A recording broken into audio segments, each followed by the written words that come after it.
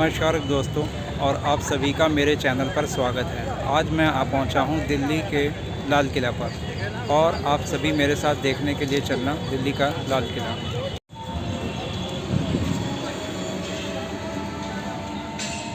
लाल किला के चारों ओर कुछ इस प्रकार से नहर का निर्माण किया गया था उस समय में, और इसकी गहराई करीब 15 से 18 फुट की अंदाज़न होगी। और यह इसीलिए थी कि अगर कोई दुश्मन सेना किले पर या इधर रियासत पे इनके हमला करती है तो वो एकदम नज़दीक ना पहुंच सके, किले में एकदम से अचानक रातों रात प्रवेश ना कर पाए। ये इसकी गहराई आपको दिखाता हूँ, जो कि 15 से 20 फीट होगी कम से कम।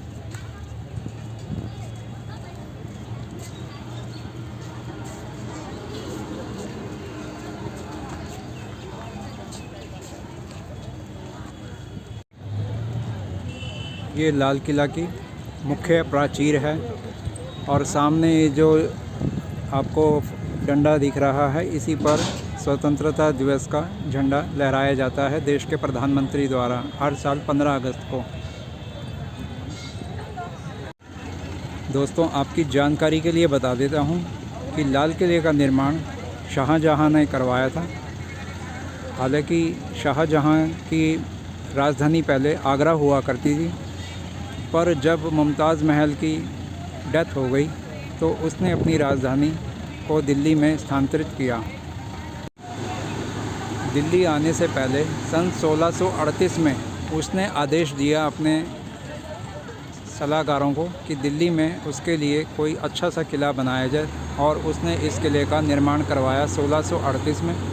और इस किले को बनने में पूरे लगभग 10 वर्ष लग गए। तो 1638 से लेकर के 1648 तक इसका निर्माण हुआ, और 1648 में किले में आगरा से दिल्ली राजधानी शाहजहाँ ने अपनी स्थानांतरित कर दी। और ये है सामने टिकट काउंटर।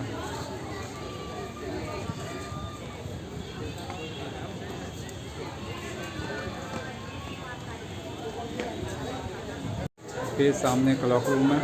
10 रुपये पर बैग में यहाँ पे आप अपना सामान जमा करवा सकते हो टिकट करके। साथ ही क्लॉक रूम बना हुआ है।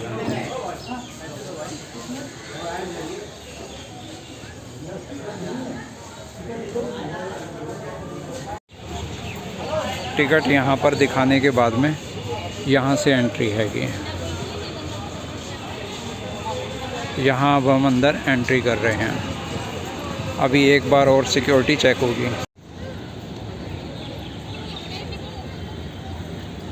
लाल किला के दीवार के चारों ओर कुछ इस प्रकार की नहर खुदी हुई है, जिसमें उस टाइम में पानी रहता था, जिसका यहाँ का पानी यमुना से आया करता था।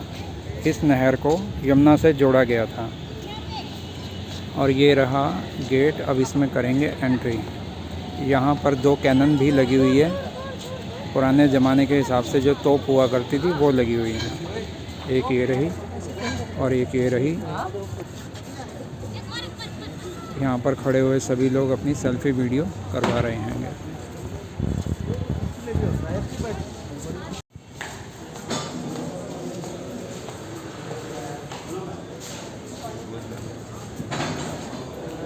लाहौरी गेट से अंदर आते हुए कुछ सीन इस प्रकार का है।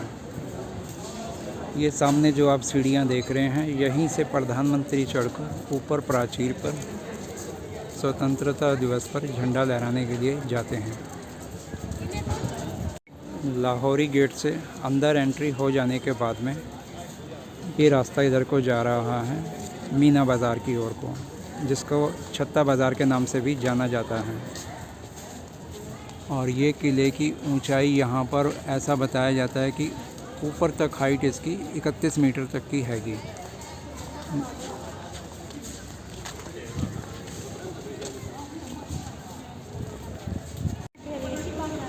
ये अब अंदर हम चल रहे हैं मीना बाज़ार के लिए। अंदर कुछ दुकानें लगी हुई हैं जो कि पुराने समय से ही चली आ रही हैं। राजा महाराजा के टाइम में, मुग़ल काल के टाइम से ये दुकानें यहाँ पर स्थापित हैं। रूप ज़रूर बदला है इनका, लेकिन प्रथा वही है कि लेडीज़ सामान यहाँ पे ज़्यादा मिलता हैगा। ये कुछ यहाँ पे शॉल्स के रेट भी लिखे हुए हैं।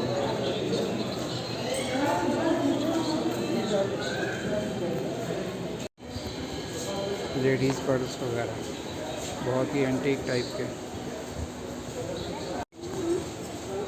महिलाओं के साज श्रृंगार का सामान।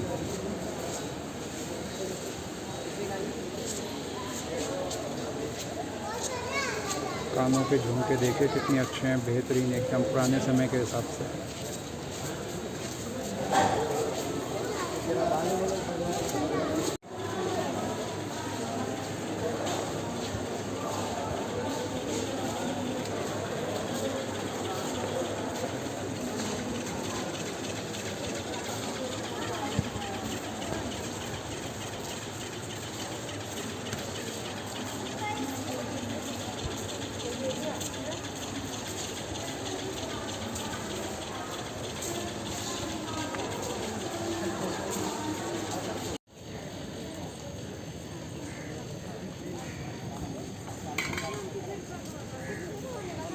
ये सामने जो आप इमारत देख रहे हो इसका नाम है नौबत खाना, जिसमें नगाड़े म्यूज़िशियन उस समय के बैठा करते थे और नगाड़े उस समय बजाए जाते थे जब यहाँ पे राजा अंदर प्रवेश करते थे और घोषणा की जाती थी कि वे बादशाह अंदर आ रहे हैं। फिल्मों में भी आपने देखा होगा कि घोषणा राजाओं के आने पे, मुग़ल बादशाह के आने पर की जाती थी।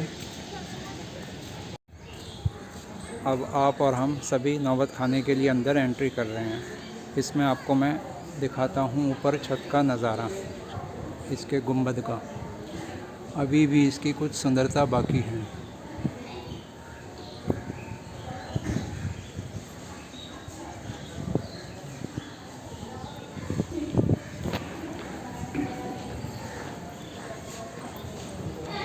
कितना खूबसूरत इसका मुग़लिया समय में डिज़ाइन बनाया गया है।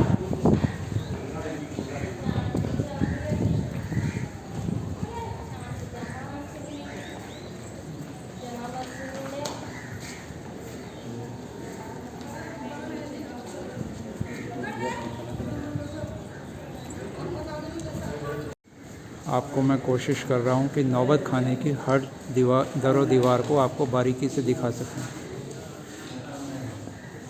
इसकी बनावट की खूबसूरती आप सबका मन मोह लेगी।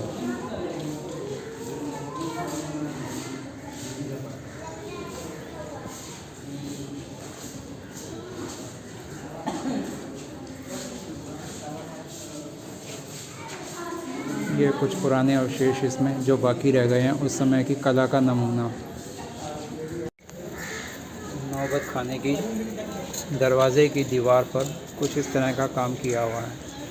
पत्थरों पर छेनी हथौड़े से काटकर कितनी सुंदरता से कारीगरी की गई है। उस समय की उत्कृष्ट और बेजोड़ कारीगरी का नमूना अभी भी सब जनता के लिए शामिल है यहाँ देखने को।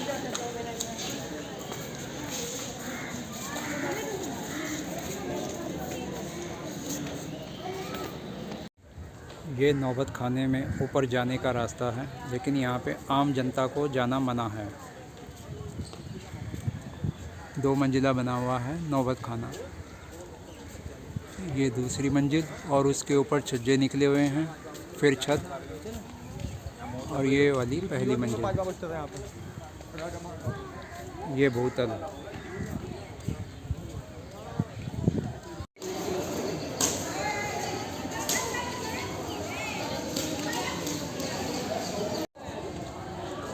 पहले नहीं से घूमल जा फिर हईटा घूमल जाए।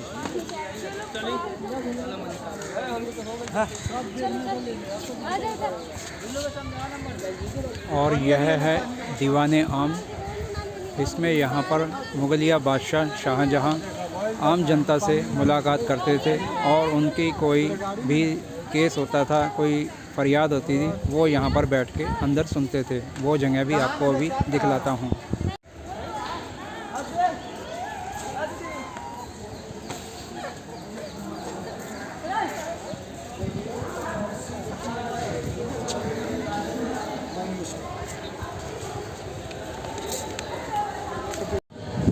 दोस्तों ये है दीवाने आम का कुछ खूबसूरत नज़ारा। हेलो।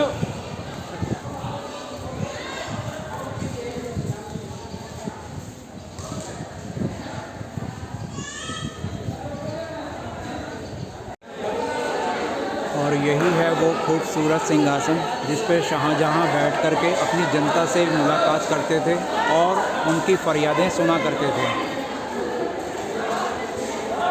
सिंहासन के पीछे भी बहुत बारीक सुंदर काम किया हुआ है।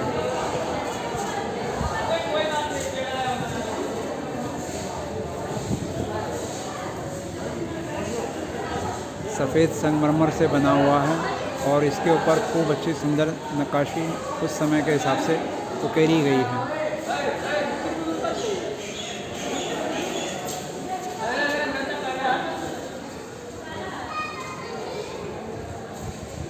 सिंहासन के ठीक सामने ये एक चौकी रखी हुई है जिस पर खड़े होकर के उस समय के वज़ीर बादशाह शाहजहाँ को फरियाद या अर्जी दिया करते थे और जो उनका हुक्मनामा हुआ करते था वो यहाँ पर खड़े होकर के जनता को जनता दरबार में सुनाया जाता था।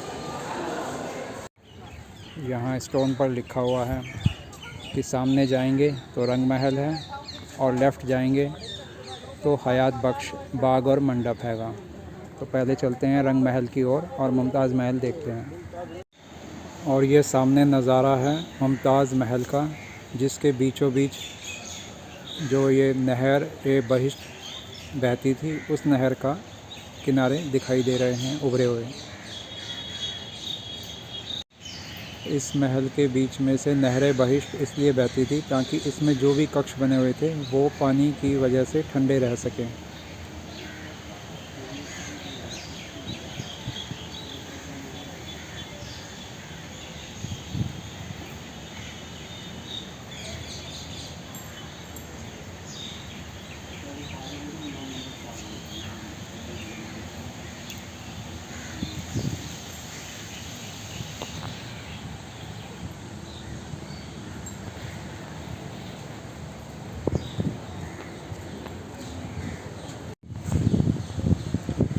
ये कुछ मुमताज़ महल के अंदर का नज़ारा है।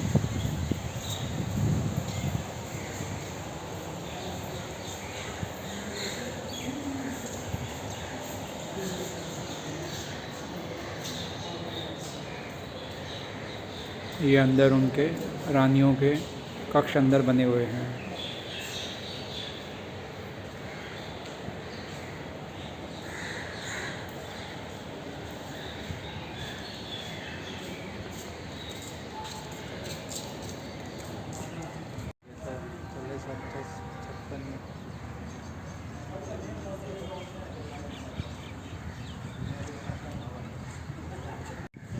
इस मुमताज़ महल को शाहजहाँ ने आगरा से दिल्ली आने के बाद में उसके प्यार और उसकी याद में बनवाया था।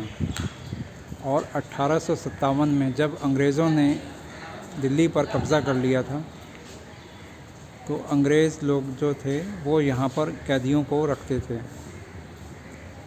यहाँ पे टोटल जो भी कक्ष बने हुए हैं उनको कारागार में परिवर्तित कर दिया था।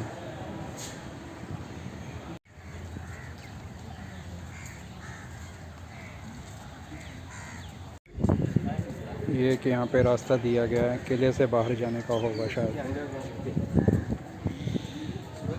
अब तो ये सील हो चुका है।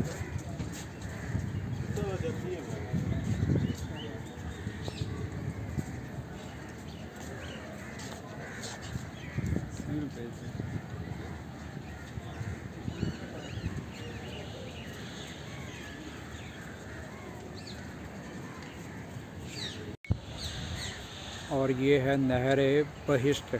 यहाँ से पानी बहता हुआ इधर नीचे से होकर के, यहाँ से नीचे होकर के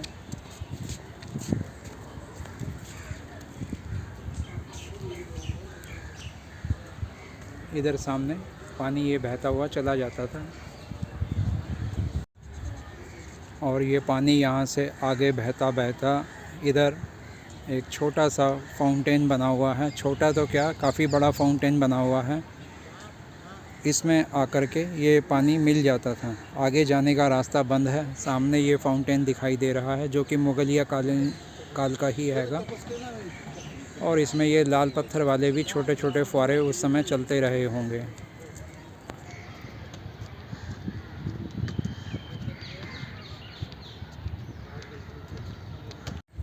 नहर बहिश्त की एक खासियत है कि ये जब उस किले में सारे किले में बहती हुई जाती थी तो महल को भी ठंडा रखती थी।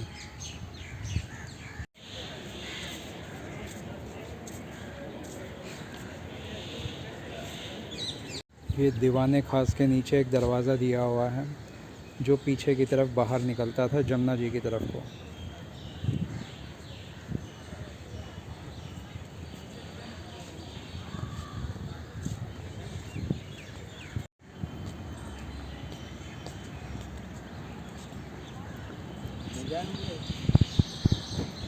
और सामने जो आप इमारत देख रहे हो इसका नाम है दीवाने खास।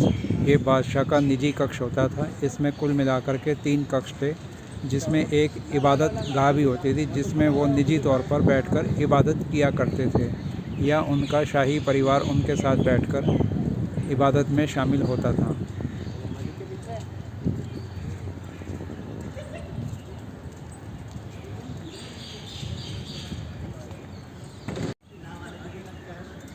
दीवाने खास की फ़र्श की दीवारों पे जो किनारे पे काम हुआ है वो अब आपको दिखाता हूँ कि हाथ से छेनी हथौड़े से कितना सुंदर उसमें कारीगरी की गई है।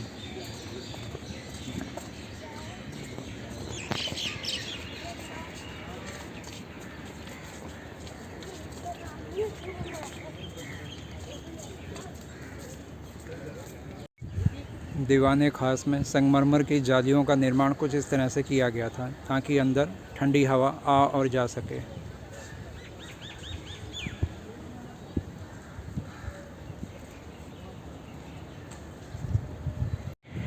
दीवाने खास की इमारत का ये है कुछ सुंदर नज़ारा।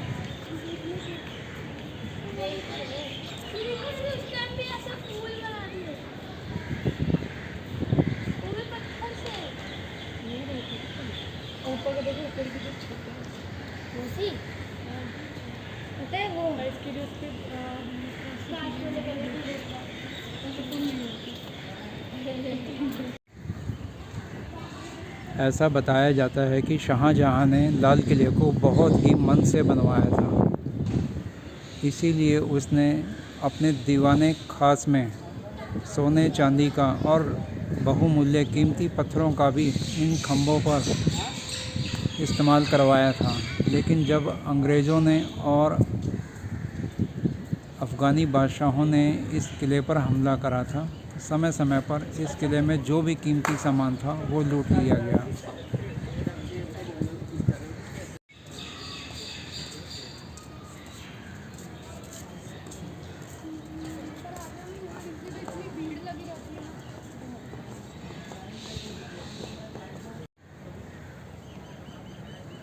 दीवाने खास जिसके ऊपर छत और चारों तरफ उसमें एक एक छतरी लगी हुई है।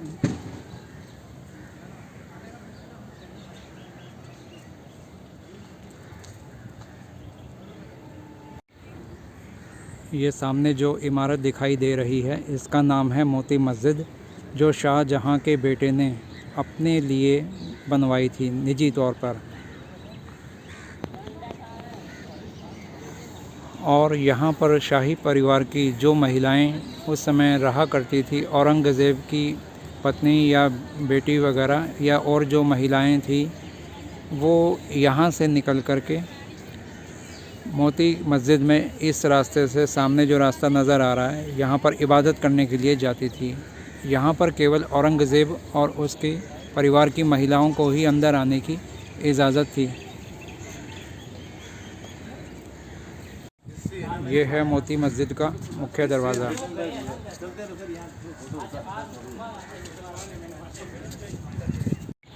मोती मस्जिद के बाहर ही ये एक कुआं बना हुआ है। शायद शाही परिवार के लिए यहाँ से पीने के पानी की व्यवस्था की जाती होगी।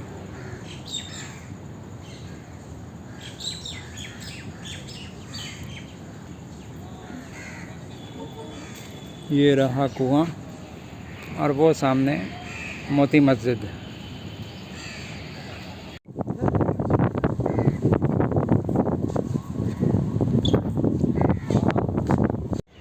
ये सामने जो इमारत दिखाई दे रही है लाल पत्थरों से बनी हुई, इसका नाम है जल महल, जिसको बहादुर शाह जफ़र ने बनवाया था। ये कुछ इस तरह से है इसका चारों तरफ का व्यू। और यहाँ से पानी बहता हुआ इस जल महल की ओर जाता था। लाल किला के सभी कक्षों तक और महल के बीचों बीच बने इस जल महल में पानी यमुना का पहुंचाने के लिए इस तरह के रास्ते चारों तरफ बनाए गए थे, जिससे महल की खूबसूरती बढ़े और उसमें जो फव्वारे बनाए गए थे वो भी चलें और उसकी जल तरंग और पानी की ठंडक महल में लगातार बनी रहे।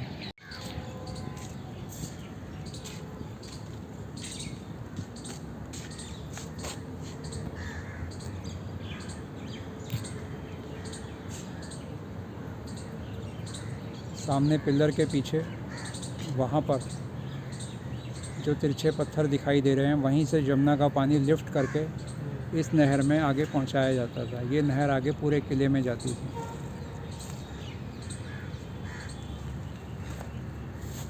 वो वहाँ तक आगे ऐसे हर इमारत में बहती हुई चली जाती थी।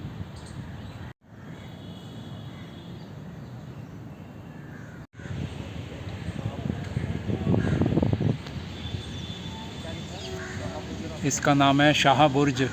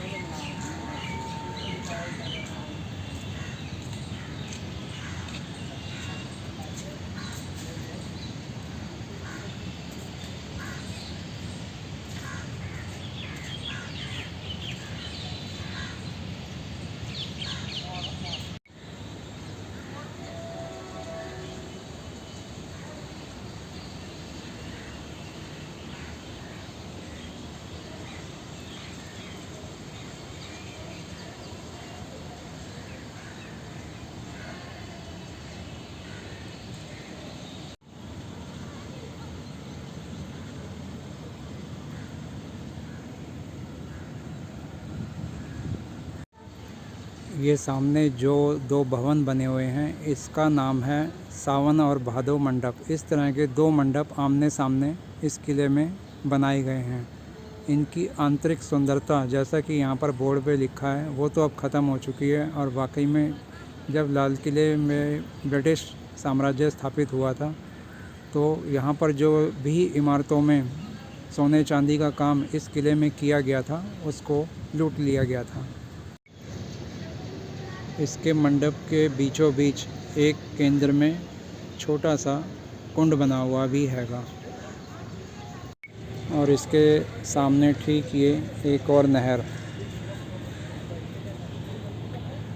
ये जा रही है सामने जल महल की ओर, जिसको बहादुर शाह जफ़र, जो कि भारत के आखिरी मुग़ल राजा थे, बादशाह थे। फर्श पर भी कितना खूबसूरती काम किया हुआ है लाल पत्थरों पर।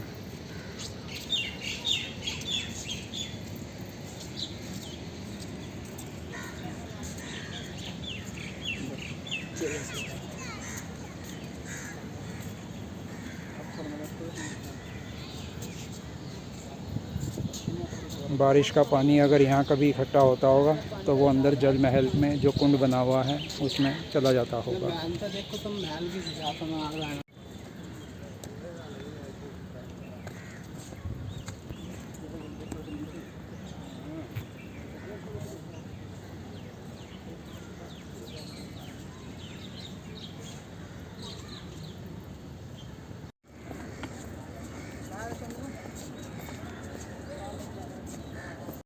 ये जो मंडप दिखाई दे रहा है, इसका नाम है भादो मंडप, और उससे पहले वाला जो मंडप आपको दिखाया था वो था सावन मंडप। दोनों मंडप के बीच में बहादुर शाह ने अपने लिए ये जफ़र महल बनवाया था, जो उसका अपना निजी कक्ष और निजी महल हुआ करता था।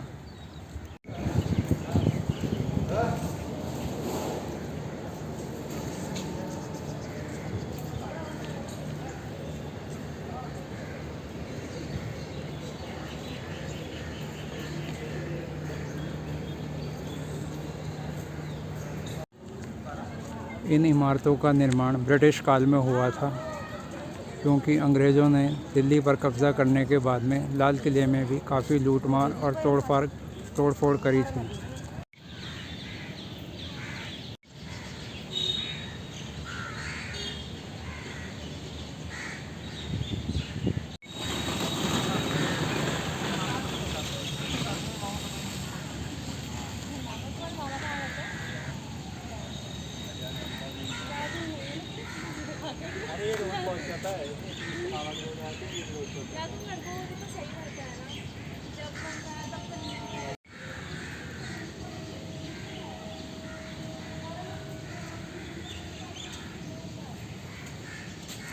ये बावली है और यहाँ पर कुछ ऐसे कक्ष बने हुए हैं।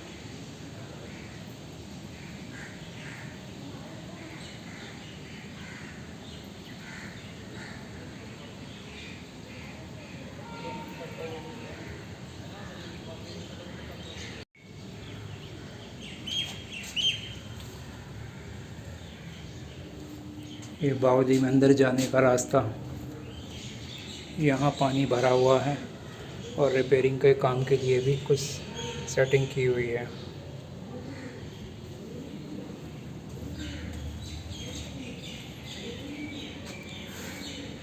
ये देखिए सामने सीढ़ियाँ, और यहाँ पानी लेने के लिए उस समय आते होंगे लोग।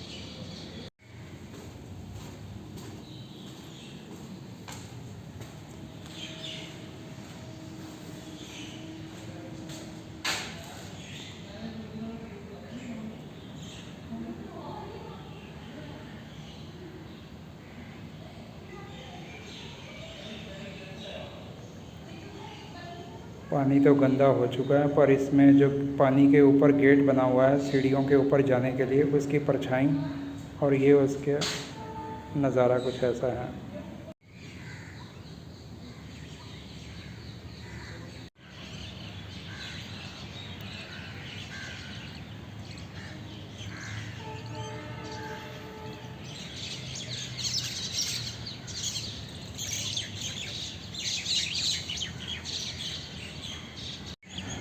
दोस्तों, आज मैं लाल किले को चौथी बारी शायद देखने आया हूँ, लेकिन इतना विशाल है ये मुझे भी अंदाज़ा नहीं था। मेरे को घूमते घूमते इसमें 3-3.5 घंटे हो चुके हैं और अभी भी शायद ये देखने के लिए बाकी बचा हुआ है।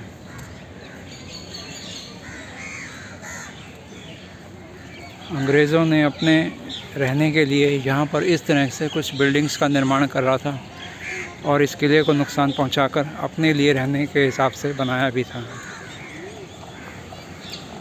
यूँ तो कहते हैं कि दिल्ली 6 बार उजड़ी और 7वीं बार में वो प्रॉपर तरीके से बस पाई थी।